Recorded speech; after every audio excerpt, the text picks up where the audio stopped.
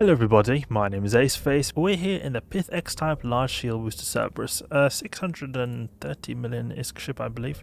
It says 722, but that's because we got a bunch of loot in here. So if we remove all this loot, let's see what the value of this ship is. 630 million-isk ship, exactly. And I've been using this for T4 sites. It has been working really smoothly.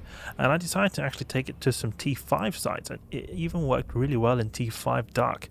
T5 Dark seemed to be very smoothly. I obviously have to do more tests of T5 Dark to get a more tried and tested fit because I've only done one test so far.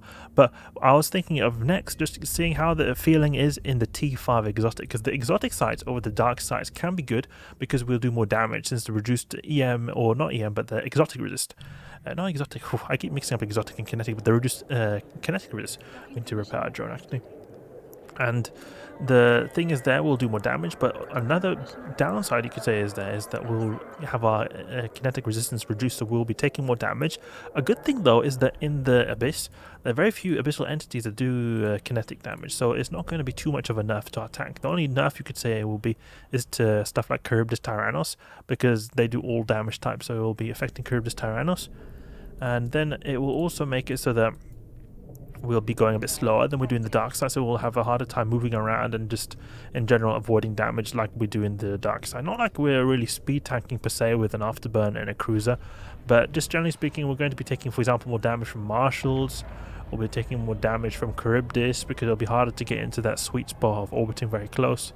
Overall, we'll be taking a bit more damage in this exotic side, but we're also doing more damage as well compared to the dark side. So I think it's going to be like a bit of an explosive abyss run. I think it'll probably be very fun. Another downside you could say to the exotic side is that it is 5 million extra over the dark side in terms of filament cost. So it does cost a bit to go into these.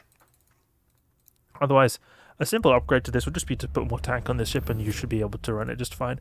Because we apply really well in the dark side, we should be able to apply a lot better in the exotic side because the enemies will be moving a lot slower than they do in the dark side. So that's also actually a benefit. We'll be applying better and doing more damage.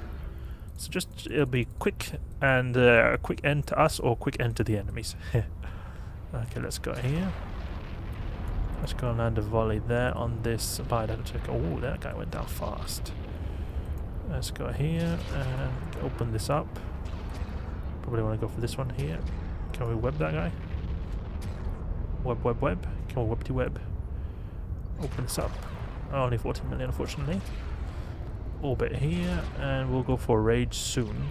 We need rage to take out the lucid deep watchers because they take quite a little bit of time to take out. Oh, we're applying actually pretty decently, considering that we're not got even a web on this guy. And the web will help a lot to increase application. You see that? 500 volley. And we'll switch over to rage. Rage is what we need in our life. Our drones will actually have a lot easier time applying as well here because the drones, they have a very short range naturally. So when the range is reduced even more in the dark side, it's going to be very hard to get some damage going on. Can we apply? There we go, good. We can orbit this deep watcher and take him out. We should be able to get full application even though we've got attack cloud going on. And the deviant automatic suppressor as well. What range type is this? Short range. Oh, that's not good because it's going to make a lot more missiles are taken out. So we'll orbit closer. I've noticed that, I don't know if this is just anecdotal evidence or just me imagining in my head, but I feel like the deviant automatic suppressors are a lot less effective the closer you are to your target, because it makes logically sense if you think of it like these particles they emit, they shoot down missiles. So if you think of it like this, if you shoot very far away, there's more likelihood the missile will get hit by these particles because it's in space for a longer amount of time. So to me it makes sense that way, that if you're closer, the missile will be in space for less amount of time, less likely to get hit by one of these particles and get it destroyed. But I could be wrong. But it's the feeling I've got by doing these abyss sites and using missile ships near deep automatic suppressors.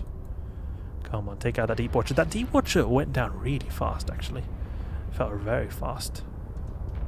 Because we do a decent amount of damage. I can't use the drones. Let's just see what happens to the drones. They're probably going to lose their shield almost instantly. Can we use it? Can we use it? Because I think they're going to get obliterated by the deviant automatic suppressor. No, they're not. Okay, I think we're just at the border of the deviant automatic suppressor. these things have a range of 15 kilometers, so that's probably the reason. I think it could be that this guy's missiles are triggering it, not that I'm triggering the automatic suppressor, because these guys shoot missiles, and I think they've got rail guns or some form of beam lasers, I believe. That's good to see that at least our drones are able to do some complementary DPS here, but look at how quickly we're getting through this. Almost 4 minutes. 3 deep watches, that's a lot of HP taken out quickly. And it took a bit of time for us to get through everything else. Okay, now I think I'll want to recall those Hornets. Let's take out that deep watcher. Oh yeah, we get full application even without using any kind of application module. Orbit here, 10 kilometers. Yeah, look at that. For just a brief second, our drones with the Diva automatic suppressor, shields almost all gone, and one even took almost all its armor damage. That's how powerful the Diva automatic suppressor is in the short range variant, and when it's been used on unbonused light drones. Because some drones can be bonused, such as the Gila, can get HP bonuses from like the whole bonuses of the Gila. And you got light drones, medium drones, heavy drones. Light drones will have the least amount of HP. Okay, let's move towards the transfer conduit, because we are almost done with this deep watcher now. Let's land a few more volleys in this guy. Let's shoot. Good, though we've got 34 kilometer range, so we're able to fire very far away with our heavy assault missiles, even though they're classically a short range weapon system. Good. Next room. We finished that in under 5 minutes. Have we got minus 50? Yeah, minus 50% even, so we could have gone even quicker through this room. Or a Diva room, super easy. Let's go for the bi-adaptive cache over here. Have drones if there are no Diva automatic suppressor. There's a short range, 30 kilometers away. Where okay, there's no problem for us.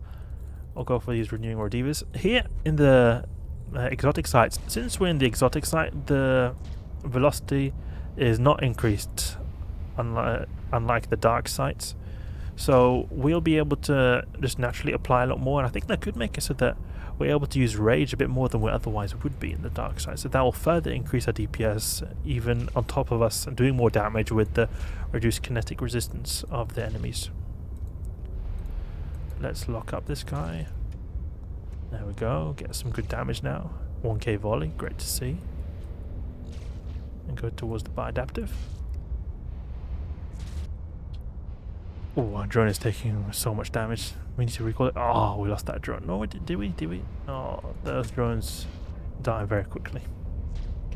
Unfortunate. We don't have a spare one as well, so like a permanent reduction to our DPS when we lose a drone. Well, it's alright.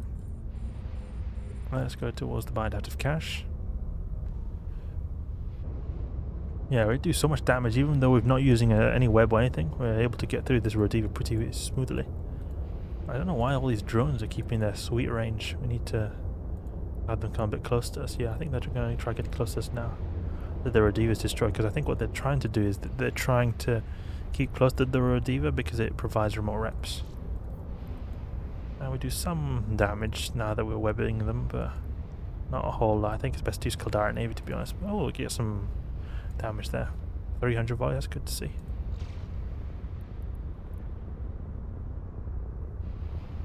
Keep range 500. Oh, that was nice. 1k volley. Sometimes you just get that perfect angle that enables you to just one-shot these guys, no problem.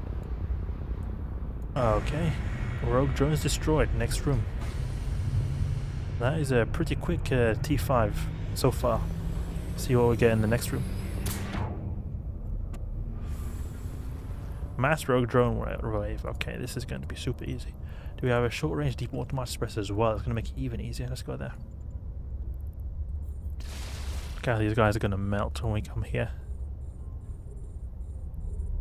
Let's take them out.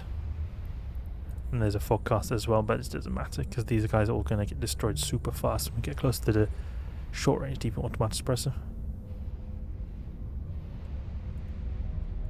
Let's see if we can destroy these guys in a very timely fashion. Let's keep a range 500. I wonder if it would be a thing to just spread your weapon system on all of them, because they're all going to take an even amount of damage when they leave the automatic suppressor. So you maybe don't need to destroy them individually. Not sure if that would be a more efficient way to do this time-wise. It feels like it could be the case because you're sort of getting all missiles split evenly rather than just one getting destroyed and then it's already dead, so it's reducing the amount of time it could potentially take damage from the Demon Automatic Suppressor. Ooh, a lot of damage is being taken because all the rogue drones are on top of us. That's something you need to take into consideration though with the rogue drones. Even though they might seem very weak, they do a lot of damage when they get up close. But look at that, they're almost all destroyed now. It's great to see. The entire flock is getting exterminated. It's a bit cheating, I know, but when you see these short-range Demon Automatic Suppressors in rogue drone frigate waves, it's too enticing to not do it, even though this is more for a testing purpose. We're still on Tranquility, we're still earning real ISK here. Okay, great. So let's see now. Do we have the bind out of cash? Let's go there. There we go. Take out this one and this one. Easy peasy. T5 in just over 10 minutes. A smooth run indeed. We didn't encounter too difficult waves though, so it can be a lot more challenging, and the ones we faced weren't particularly tank heavy. Rogue drones can be tank heavy if you just jump or let them jump on top of you like we did here, but still they were not too much for us to handle. I think that other waves could pose a threat, such as Charybdis, if we're not too smooth with aligning ourselves correctly so that we get like webbed or we're not able to get a good angle on Charybdis. That could also be a problem. But still, it felt very smooth, and for the price I think it's really great. 630 million ISK ship doing T5s is something that I find hard to do. So I'm very happy with the results, but we obviously need to do more testing to get more reliable status of the ship in the T5s. So, T5 Exotic Cerberus, very smooth. Hope you guys enjoyed, or if you learned something new, please leave a like and subscribe. I'll catch you guys later.